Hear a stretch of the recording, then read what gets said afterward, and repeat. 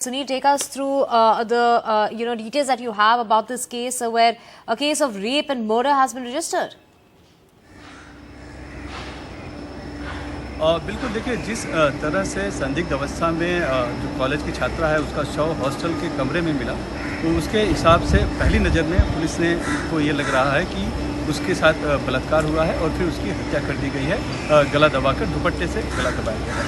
बहरहाल उसका शव पोस्टमार्टम के लिए भेजा है, पोस्टमार्टम रिपोर्ट का इंतजार है, लेकिन पुलिस ने परिस्थितियों को देखते हुए मामले में धारा 376 के तहत और साथ ही 302 यानी कि हत्या के तहत बलात्कार और रेप हत्या का मामला दर्ज करके मामले की जाँच शुरू कर दी है।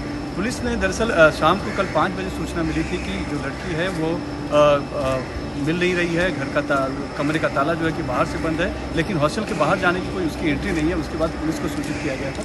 जब कमरा खोलकर देखा गया तो उसका शव वहाँ पर पड़ा हुआ था, जो कि संदिग्ध अवस्था में था। उसके बाद पुलिस ने तहकीकात शुरू की। जानकारी मिली कि जो हॉस्टल का एक गार्ड है वो भी सुबह से लापता है, तो पुलिस ने सीसीटीवी के जरिए उसकी जब पड़ताल शुरू की, उसका ट्रेल शुरू किया, तब पता चला कि वो स्टेशन की तरफ गया है। वहाँ पर जाने के बाद पुलिस को जीआरपी से जानकारी मिली कि एक शख्स ने सुबह यहाँ खुदकुशी कर ली थी, लेकिन उसकी पहचान नहीं हुई है। उसके बाद उस आरोपी के पिता को बुलाया गया और वो शव दिखाकर उससे पहचान कराया गया, तो पता चला कि वो वही सुरक्षा गार्ड है जिसका कि नाम ओम प्रकाश कनौजिया है, जो कि सुबह से लापता था। यानी कि उसने वारदात को अंजाम देकर वहाँ पर जाकर खुदकुशी कर ली, ये जानकारी मिली है।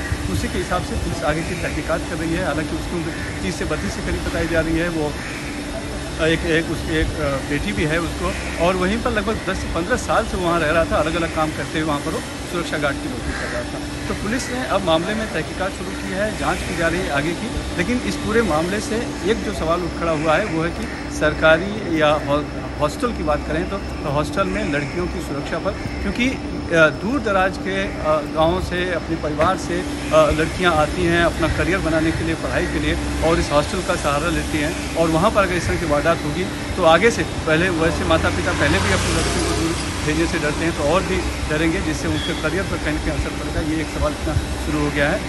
एक छात्रा जो थी इस हॉस्टल की नहीं थी, दूसरे हॉस्टल की थी, जो एक हॉस्टल में पहले रह के आ चुकी थी।